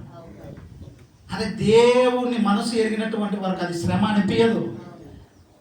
ఎంత శ్రమ పొందుతావో నా దేవుడు నన్ను అత్యధికంగా ఆశీర్వదిస్తానన్న నిరీక్షణ ఉండాలా నీలో. తల్లిదండ్రులను గౌరవించాలా, పెద్దల పట్ల గౌరవం కలిగి ఉండాలా. అలాంటి పిల్లలు ఉన్నారా? లేరు. ఎదిరించి మాట్లాడే వాళ్ళే ఉన్నారు. ఎందును బట్టి? దేవుని వాక్యం వారిలో లేదు కాబట్టి. ఈ శ్రమలు ఇవన్నీ వాళ్ళకి అనుభవిస్తే, దేవుడు అనుభవించినట్లు వాళ్ళు కూడా శ్రమలు పడితే అప్పుడు అర్థమవుతుంది. ఆ ఆలోచన రాదు. సాతాను గాడు ఇవ్వడు అంత ఆలోచన, అంత జ్ఞానం కూడా ఇవ్వడు. వాడు మహాజ్ఞాని వాడు సాతాను గాడు. తక్కువ మంచి వేసేదానికి ఎలా వాడిని మనం. ఇంకా 18వ వచనం చూడండి. మన ఎడల ప్రత్యక్షము కాబోవు మహిమ ఎదుట ఇప్పటికీ కాలపు శ్రమ ఎన్న తగినవి కాదని ఎంచుకొనుచున్నాము. ఈ శ్రమలు ఏమన్నా ఈ శ్రమలు చచ్చిన తర్వాత కూడా వస్తాయి అనుకుంటున్నావేమో. రావు. అవి కొద్ది కాలం మట్టుకే నీకు ఉంటాయి ఆ శ్రమలు.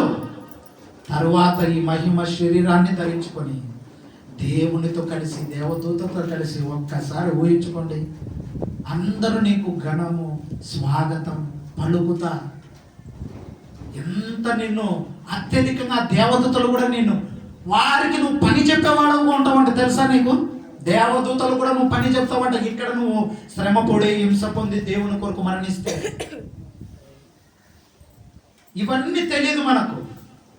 దేవుని వాక్యం ఏంటో గ్రహించలేకపోతున్నాం. ఎంత తెలుసుకుంటున్నాం మనం దేవుణ్ణి. ఎన్ని రోజులు వస్తున్నాం, ఏది మారింది? ఏది మారిన బ్రతికేది మన జీవితంలో? ఎంతో మంది దైవజనులు వచ్చారు ఇక్కడ వాక్యాన్ని చెప్పిన అన్న కూడా ఎన్నో వారాల నుంచి చెప్తున్నాడు కదా. మన బ్రతుకులు మారిపోయింది. ఈ సంఘము ఇంతేనా చిన్నాలు? ఎంతమంది రావాలి, ఎంతమంది ఆశీర్వదించబడాలి. మీ ద్వారా, మా ద్వారా అనేక మందికి దేవుని మాటలు ప్రకటించి అందరినీ తీసుకొని దేవుని సన్నిధానంలో నడిపించే బాధ్యత మనందరి మీద ఉంది. దాన్ని మనము చేయలేకపోతున్నాం. అందుకే పేతురు గారు కూడా చూడండి ఏం మాట్లాడుతున్నారు. మొదటి పేతురు, అపోస్తలుడైనటువంటి పౌలు మొదటి పేతురు 4వ అధ్యాయము మొదటి పేతురు 4వ అధ్యాయం 12వ వచనం. ప్రియులారా, మిమ్మును శోధించుటకు మీకు కలుగుచున్న అగ్ని వంటి మహాశ్రమను గురించి మీకేదో సంభవిస్తున్నట్లు ఆశ్చర్యపడాకండి. శ్రమలు ఏయో వస్తున్నాయి, మా మీద ఏదో పడిందిరా నాయన పెద్ద కుంపటి అని ఆలోచన చేయకండి. ఆలోచన చేయకుండా ఏం చేయమంటున్నాడు చూడండి. క్రీస్తు మహిమ బయలుపరచబడినప్పుడు మీరు మహానందముతో సంతోషించు నిమిత్తము క్రీస్తు శ్రమలలో మీరు పాలువారై ఉన్నంతగా సంతోషించుడి. శ్రమలను బట్టి సంతోషించమంటున్నాడు ఆయన. మరి నువ్వు సంతోషిస్తావా? శ్రమలను బట్టి సంతోషిస్తావా? సంతోషించాలి దేవుడు. ఇది నా దేవుడు నాకు పెట్టినటువంటి పరీక్ష. ఇది ఈ శ్రమ ఎదురెళ్ళి నిలబడతా శ్రమలకు. ఇది నువ్వు అనుకోవాల్సింది హృదయంలో. మనసును దేవుని వైపు ఉంచితే వచ్చే శ్రమలు కూడా ఇవి శ్రమలు అనిపించవు. ఆయనని ఎంత అంతకంటే అవమానపరుస్తారని నేను నాకు తెలియక అడుగుతాను. ఆయనను కొట్టారు, పూ అని మూసారు, పిడుగుద్దులేసి గుద్దారు. ఆయన అంతకంటే శ్రమలు అనుభవిస్తున్నావా నువ్వు ఈ లోకంలో? రక్తం ఏరులై పారింది, రక్తమే లేదు ఆయన ఒంట్లో. ఆఖరి రక్తం పొట్టు వరకు ఆయన కార్చేశాడు నీ నా కోసం. మరి ఏది మార్పేది? ఇన్ని రోజులు వస్తున్నాం మనం, ఏది మార్పేది? ఇదే దేవుడు చూసి బాధపడుతున్నాడు మనల్ని చూసి. క్రీస్తు కొరకు హింస పొందుట అది పరలోకానికి మనల్ని నడిపిస్తుంది. గుర్తుపెట్టుకోండి. దేవుని కొరకు నువ్వు హింస పొందు, అవమానం పొందు, అవన్నీ నీకు ఈ లోక సంబంధమైన వాటికి కాదది, పరలోక సంబంధమైన వాటి కోసమే నువ్వు హింస పొందాల, అవమానపాలు పొందాలి. ఆయన బ్రతికినట్టు మనము బ్రతకాల. మరి అట్టి బ్రతుకు నువ్వు బ్రతుకుతున్నావా? సుఖభోగుల మనం తిన్నామా, పడుకున్నామా, తెల్లారింది అన్నట్లు ఇదే జీవితం అయిపోయింది. ఒరేని నాకు మరొక దినాన్ని దేవుడు నాకు ఇచ్చాడే. ఈ దినాన్ని చూడలేక ఎంతమంది మరణించారో. నడుస్తూ నడుస్తూ చనిపోయిన వారు లేరా? మన కొద్ది మనం నడుచుకుంటూ వెళ్తే ఆ పక్క నుంచి ఒక లారీ వచ్చి గుద్దిపోయి చనిపోయిన వాళ్ళు లేరా? మరి మనకు అలాంటి స్థితి లేదు. దేవుడు ఇచ్చాడు మనకు. మనం సజీవుల లెక్కలో నిలిపాడు చూడండి దేవుడు. ఆయన వాక్యం వినటానికి, విన్న వాక్యాన్ని నువ్వు ప్రకటించడానికి నిన్ను నడిపించాడు దేవుడు. ప్రేమైన వారులారా, నీకేమర్థమవుతుంది ఆయన మనసు ఆలోచన చేస్తుంటే? ఆయన హృదయము ఏమర్థమవుతుంది నీకు? విన్నావా? ఆయన మనసును కనుగొనాలన్నటువంటి ఆలోచన ఉందా? చూడండి, అదే 5వ అధ్యాయము 10వ వచనములో కూడా మాట్లాడుతూ, 1 పేతురు 5వ అధ్యాయము 10వ వచనం, తన నిత్య మహిమకు క్రీస్తునందు మిమ్మల్ని పిలిచిన సర్వ కృప నిధియగు దేవుడు కొంచెము కాలము మీకు శ్రమపడిన పిమ్మట, ఏమంట, కొంచెము కాలము శ్రమపడిన పిమ్మట తానే మిమ్ములను పరిపూర్ణులుగా చేసి స్థిరపరచబడి బలపరచును మిమ్మల్ని. కొంతకాలమే మీకు శ్రమలు ఉంటాయి, ఆ తరువాత ఆయన మహిమ ద్వారా మిమ్మల్ని ఉన్నతంగా నిలవబెడతాడు మన దేవుడు.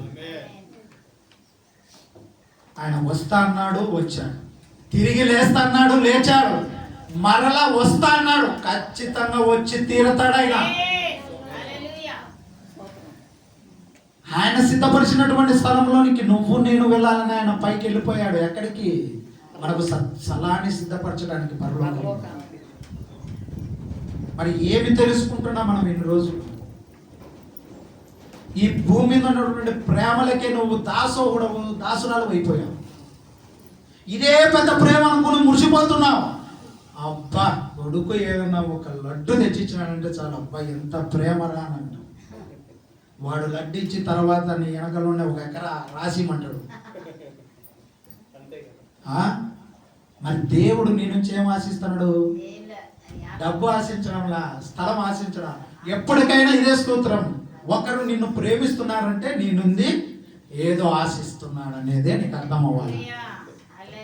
నీ నుంచి ఏమి ఆశించని ప్రేమ ఏముంది?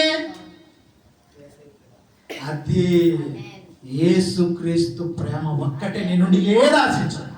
నీ నుంచి ప్రేమనే ఆయన ఆశించేది. నీ ధనం వద్దు, ఏమొద్దు నాన్న, నాకు నీ హృదయాన్ని ఇవ్వయ్యా చాలు, నాకు నీ మనసు ఇమ్మమ్మా చాలు, ఇదే అడిగేది, ఇంకా వేరేది ఏది అడగదు. మరి అలాంటి దేవుణ్ణి వదిలేసి వీళ్ళ మాటలు వినుకుంటూ, ఈ భూమి మీద మనుషుల మాటలు, వీళ్ళేమి ఈరోజు ఒకలా ప్రేమిస్తారు, మరొక రోజు ద్వేషిస్తారు, వాళ్ళు ఇష్టం వచ్చినట్టు చేస్తారు. కానీ ఏకరీతిగా ఉన్న ప్రేమ మన నజరేయుడైన యేసుక్రీస్తు ప్రేమే. ఈ రోజు నుండి నీ కొడుకులు నిన్ను వెలివేయచ్చు. వృద్ధాపంలో చేరినటువంటి వాడు వృద్ధులు లేరా? తల్లిదండ్రులను, పిల్లలే, సొంత పిల్లలే. మీరు యూట్యూబ్లలో అట్లా మీరు షార్ట్లు చూస్తుంటే వస్తాయి. వాళ్ళ నడి రోడ్డు మీద ఒక ముసలాయమను ఒక కన్న కొడుకు వదిలేసి వెళ్ళిపోయాడు. ఎంత అవమానం! వారిలో దేవుని ప్రేమ లేకపోయే కదా అలా ప్రవర్తిస్తున్నారు. సాతాను గారి ప్రేరేపణ ఇవన్నీ. ఢిల్లీలో ఒక అమ్మాయిని రేప్ చేసి చంపేశారు. వానికి ఆలోచన ఎట్లొచ్చింది? ఎవరిచ్చారు ఆలోచన? అది సాతాను గారు. వారిలో ఈ దేవుని వాక్యం లేకపోవడమే. తల్లిదండ్రులను తీసుకొని వెళ్ళి ఆ అనాథ ఆశ్రమంలో వేస్తున్నారు. ఎందుకు? దేవుని వాక్యం లేకనే. వాళ్ళకు ఈ వాక్యము మనం అందజేస్తే, దేవుని మాటలు విను నాయన, వాక్యాన్ని చదువు నాయన, లేస్తానే కొన్ని మాటలైనా చదువురా అని చెప్పే బాధ్యత మనది. మన పిల్లలను మనం మార్చుకోవాలి. లేదనుకో రేపు వాళ్ళే మనకు 30 కూర్చుంటారు. చాలా జాగ్రత్తగా ఉండాలి. అందుకే ఆయన అంటుండేది, ఈ భూమి మీద ఎవరిని నమ్మకు, వాళ్ళ ప్రేమలన్నీ ఉత్త నాటకాలు, నటన ప్రేమలు. కనుక నిజమైన ప్రేమ మన నజరేయుడైన యేసుక్రీస్తే ఇస్తాడు. ఆయన తర్వాత ప్రేమించు. నువ్వు ఏం ప్రేమించాలన్నా, నీ భార్యను ప్రేమించాలన్నా ఆయన తర్వాతే, నీ పిల్లలను ప్రేమించాలన్నా ఆయన తర్వాతే. ఆయన తర్వాతని నేను ఎందుకు అంటున్నానంటే, ఎలా బ్రతకాలో నీ పిల్లలకు నువ్వు నేర్పిస్తావు కాబట్టి, ఎలా బ్రతకాలో నువ్వు వాళ్ళకు చెప్తావు కాబట్టి. అందుకే ఆయన తర్వాత ప్రేమించు. నువ్వు ఎవరిని ప్రేమించాలన్నా అప్పుడు అర్థమవుతుంది. ప్రియమైన వారలారా, దేవుని హృదయాన్ని మనము కనుగొందాం. ఇన్ని రోజులు మనము ఇష్టానుసారంగా బ్రతికాం, దేవుని మనసు తెలియక. ఇక నుంచి దేవుని కొరకు మనము బ్రతుకుదాం. మన హృదయాన్ని దేవునికి ఇద్దాం. ఇంకా ఏం మాట్లాడుతున్నా చూద్దామా? మత్తయి సువార్త ఏమంటున్నాడు? అందరూ అనుకుంటుంటారు దేవుణ్ణి నమ్ముకుంటే అది ఇది అది ఇదిగా. ముందు దేవుని నమ్ముకుంటే శ్రమలు వస్తాయి. వాటిని ఎదిరించి నిలబడితే ఆశీర్వదించబడుతుంది కుటుంబం. శ్రమలో ఏంటొచ్చే కృంగిపోతాం వెంటనే. చూడండి ఆ మాట ఎంత బాగా రాశాడో. మత్తయి రాసిన సువార్త 7వ అధ్యాయం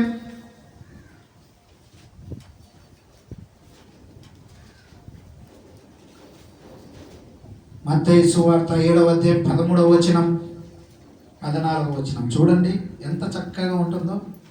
ఇరుకు ద్వారమున ప్రవేశించుడి. దేవుని మాటలన్నీ ఇలాగనే విచిత్రంగా ఉంటాయి, మనం అర్థం చేసుకోవాలి. ఎవడన్నా ఇరుకు ద్వారం వెళ్ళమంటాడా? దేవుడు ఎందుకంటున్నాడు ఆ మాట అనేది మనం గ్రహించాలి. ఏమంటున్నాడు? ఇరుకు ద్వారమున ప్రవేశించుడి, నాశనమునకు పోవు ద్వారము వెడల్పు ఉంటుంది, విశాలంగా ఉంటుంది. ఈ లోకములో నువ్వు పాపం చేయడానికి అన్ని అవకాశాలు ఉంటాయి నీకు. నువ్వు వెళ్ళడానికి, నువ్వు తిరగడానికి వెళ్తావా, నీకు అవకాశం ఉంది. పాపం చేయడానికి వెళ్తావా, నీకు అవకాశం ఉంది ఈ లోకంలో.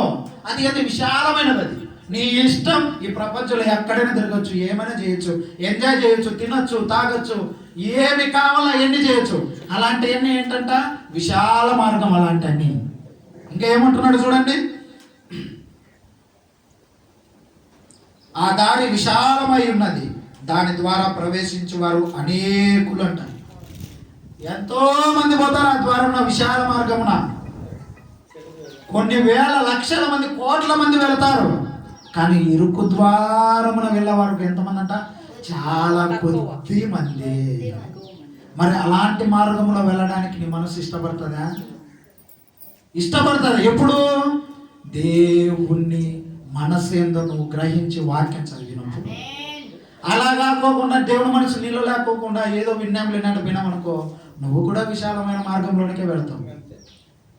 అది చూస్తానే అంగు ఆర్భాటం. అబ్బా, ఈ శరీరానికి కావాల్సింది కూడా అదే.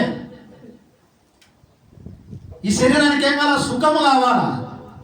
దీనికి కష్టపడితే పొద్దున్న 5కు లేచి ప్రార్థన చేయమంటే ఒక్కడన్నా లేచి చేస్తారా? ఎంత బద్ధకమో. సోమరి, చీమల యొద్దకు వెళ్ళము, వాటి నడతలు కనిపెట్టి జ్ఞానము తెచ్చుకుని. ఎందుకన్నాడు? అవి వేసవి కాలంలో ఏం చేస్తే తెలుసా? ఆహారాన్ని సిద్ధపరచుకుంటాయి. మరి నువ్వు ఈ భూమి మీద బ్రతికి ఉన్నంత కాలము జీవాహారం ఉందా నీ ఆత్మకు? తినడానికేమో శరీర ఆహారం ఉంది, మన జీవాహారం ఏది? ఈ ఆత్మీయ ఆహారం మనకు కావాలా? అది లేకపోతే వ్యర్థం, ప్రయోజనములా. మనము బ్రతికి ఉండగానే చచ్చిన శవంతో సమానం. చాలా జాగ్రత్తగా ఉన్నట్టు ప్రేమైన వాళ్ళు. ఇంకేం మాట్లాడుతున్నారు చూడండి. ఆ దారి సంకుచితమై ఉన్నది, దాన్ని కనుగొన్న వారు కొద్ది మంది. వా, ఈ మార్గంలో ఏడబోతావు నాయన, ఈ విశాల మార్గంలో గోదాములో విచ్చలవిడిగా తిరగచ్చని పోయే వాళ్ళు ఎక్కువ. ఆ మార్గాన్ని కనుగొన్న వారు చాలా కొద్ది మంది. చాలా అంటే చాలా. కోట్లలో ఎంతమంది కనుక్కుంటారు తెలుసా? 10 మందే కనుక్కుంటారు. మరి ఆ 10 మందిలో మనం ఉన్నామా? ఖచ్చితంగా ఉండాలి, ఉండి తీరాలి. దేవుని మనసుని ఎరగాలి. అందుకే మన మనసును, మన హృదయాన్ని దేవునికి ఇద్దాం. నలుగురు ఉన్నప్పుడు కానీ మన బ్రతుకు, ఒంటరిగా ఉన్నప్పుడు కూడా మన బ్రతుకు అలాగే ఉండాలి. అప్పుడు ఆశీర్వదించబడితే మన కుటుంబం. నువ్వు వద్దన్నా దీవిస్తాడు ఆయన. మన ప్రార్థనలు ఎలా ఉంటాయో తెలుసా? మనం చేసే ప్రార్థనలు చూడండి. ఆ మాట కూడా ఏం చెప్తున్నాడో మత్తయి సువార్త 6వ అధ్యాయం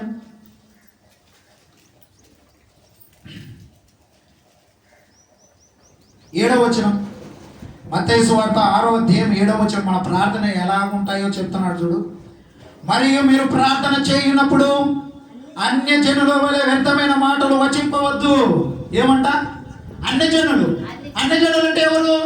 దేవుణ్ణి ఎరగనటువంటి వారు, దేవుని గురించి తెలియనటువంటి వారి ప్రార్థన ఎలాగుంటాయో తెలుసా? దేవా నాకు అది కావాలి, దేవా నాకు ఇది కావాలి, దేవా నాకు ఇవేగా. అన్యుల ప్రార్థనలు ఇలాగనే ఉంటాయి.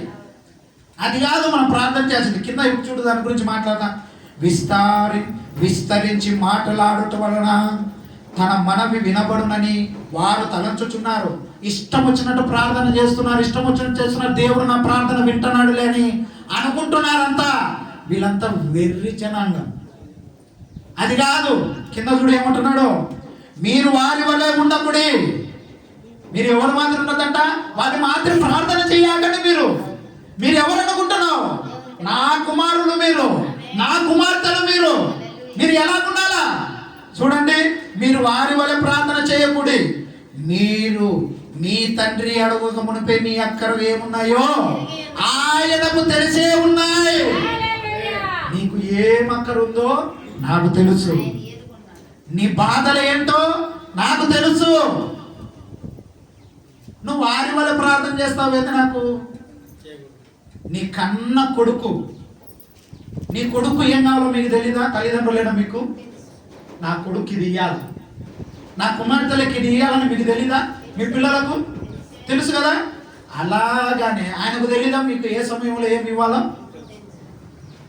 ఏ సమయంలో నా కుమారుడికి ఏమి ఇవ్వాలా, ఏ సమయంలో నా కుమార్తెలకి ఏమి ఇవ్వాలో ఆయనకు తెలుసు. అందుకే అంటున్నాడు ఆయన, నాకు తెలుసు మీరు నా తండ్రిని అడగక మునిపే మీకు ఏమి కావాలో సమస్తము తెలుసు మన తండ్రికి అని చెప్తున్నాడు ఆయన. మరి నువ్వేంటి ఇక్కడికి వచ్చి వ్యర్థమైన ప్రార్థనలు అన్నీ చేస్తున్నావు? ఇది మన ప్రార్థన ఎలా ఉండాలి తెలుసా? తండ్రి, నన్ను నడిపించావు నీ సన్నిధానానికి, ఇదో నా కొడుకును కూడా నడిపించు, నా భార్యను నడిపించు, నా అక్కలను, నా భర్తను, నా పిల్లలను, నా కుటుంబం మొత్తం ఈ సన్నిధానంలో గడపాలి నాయన అని ఎప్పుడన్నా ప్రార్థన చేసావో ఈ దేవుని సన్నిధానానికి వచ్చి? అందరూ రక్షింపబడి పిలవాలన్నటువంటి ఆలోచన కలిగినటువంటి వాడవుగా ఉన్నావా? అదే దేవుడు కోరుకుంటాడని. ఇంకా నువ్వు అడగాల్సిన అవసరంలా, నీ డబ్బు నువ్వు అడగాల్సిన అవసరంలా, ఆయనకు తెలుసు నీకు ఏ సమయంలో డబ్బు ఇవ్వాలో. బంగారం నువ్వు అడగాల్సిన పనుల, ఆ బంగారాన్ని ఎప్పుడు ఇవ్వాలో ఆయనకు తెలుసు, అప్పుడు ఇస్తాడు. నీకెందుకు తొందర? నీ పిల్లల పట్లే నీకు అంత బాధ్యత ఉంటే నీ కొడుకు ఎప్పుడు ఇవ్వాలో నీకు తెలుసు. ఇప్పుడు చిన్న పిల్లోడు, ఇప్పుడు ఆ పిల్లోడు ఉన్నాడు, వాళ్ళ తల్లిదండ్రులు ఉన్నాడు, వాడు పోయి నాకు ఆడి కారు కావాలన్నాడు అనుకో, వాళ్ళ తల్లిదండ్రులు తీసిస్తారు వానికి తెలుసు ఆ వయసులో తోలే వయసు కాదని. బైక్ అడిగితే తీసిస్తారు, వానికి కాలంలో తెలుసు. వాళ్ళ తల్లిదండ్రులు తీసేవారు. వానికి ఒక సమయం రావాలా, ఆ సమయంలో నేను ఇవ్వాలని. వాడిని బైక్ ఇచ్చేసరికి వాడికి నడిపేది రావాలా, కాళ్ళు అందాలా, ఇన్ని ఉండాలా, అప్పుడు వాళ్ళ తల్లిదండ్రులు వానికి ఇస్తారు బైక్. మరి నీకు ఎప్పుడు ఏమి ఇవ్వాలో మన కన్న తండ్రికి తెలియదంటారా? తెలుసు. ఆయన ఏ సమయంలో ఏమి ఇవ్వాలో నీకు సమస్తము తెలుసు. నీకు ఉద్యోగం కూడా ఎప్పుడు ఇవ్వాలో తెలుసు, అన్నీ తెలుసు. మరి అలాంటి మన కన్న తండ్రిని మనతో పెట్టుకొని మనం ఎంత వ్యర్థమైన మాటలు, వ్యర్థమైన ఆలోచనలు చేసేది దేవుని సన్నిధానంలో. నువ్వు అడగాల్సినటువంటి వేరు, నువ్వు అడుగుతున్నట్టు వేరు. వీడికొచ్చి అది మన కన్న తండ్రి మనసు మనకు అర్థం అవ్వాలంటే ఇలాగ అర్థం కావాలా మనకు. మరి అలా అర్థం అవుతుందో లేదో మీరు ఆలోచన చేయండి, మీ హృదయాలను మీరు పరీక్షణ చేసుకున్నట్లు. అదే లోకము మిమ్మల్ని ద్వేషించి, చూడండి ఎంత చక్కనైన మాట. యోహాను సువార్త 15వ అధ్యాయం.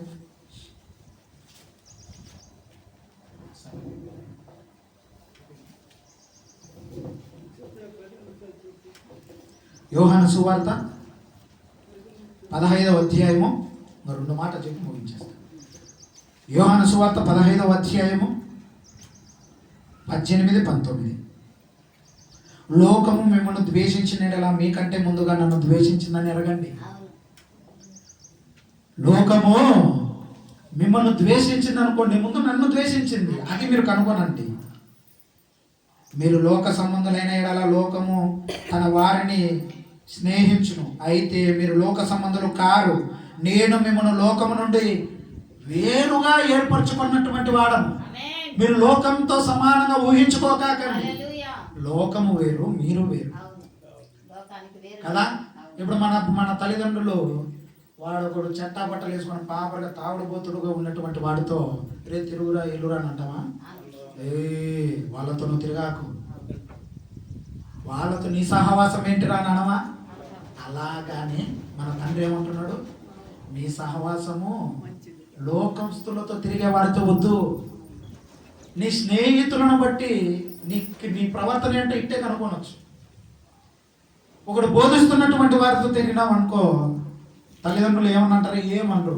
అదే ఒకడు సినిమాలో పోయేటోడు షికారు చేసేవాడితో తిరుగుతాడు అనుకో అరసరా. అలాగనే నీ తండ్రి నిన్ను అడుస్తాడు, గద్దిస్తాడు. ఇష్టమైన కుమారుని కుమార్తెను గద్దించే రీతిగా ఆయన ఏం చేస్తాడు, నిన్ను కూడా అదే విధంగా గద్దిస్తాడు. కనుక అలాగ బ్రతుకుదాం మనం. ఇష్టమైన కుమారుడుగా కుమార్తెగా బ్రతుకుదాం దేవునికి.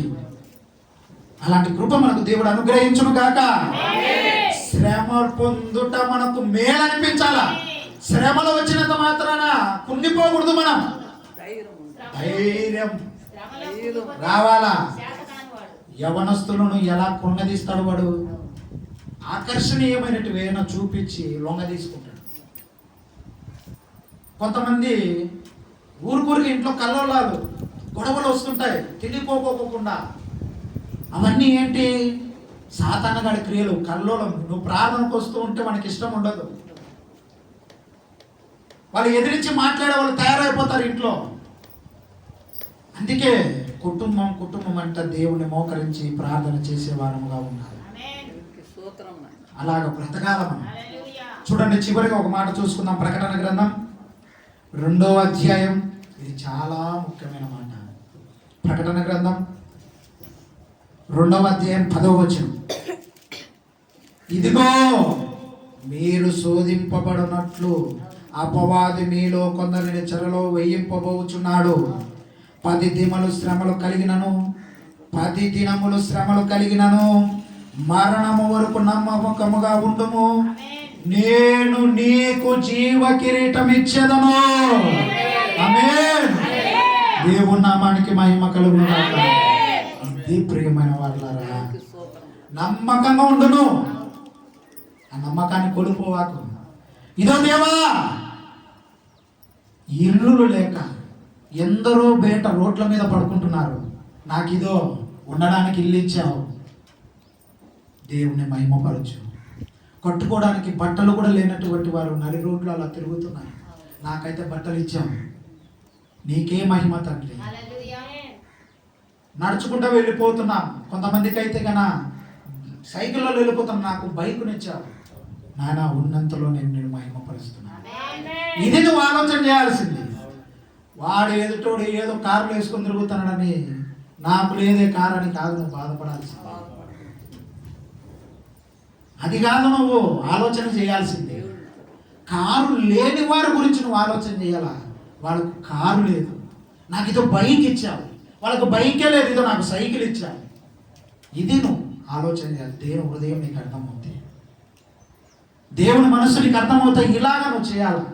దేవుని మహిమపరచడం అంటే ఇది. నీ కుమారులు, నీ కుటుంబము, నీ రక్త సంబంధికులందరూ దేవుని సన్నిధానంలో దేవుడు మీ ద్వారా వారిని అందరినీ నడిపించునుగాక. దేవుడు ఈ నా మాటలు దీవించి ఆశీర్వదించునుగాక.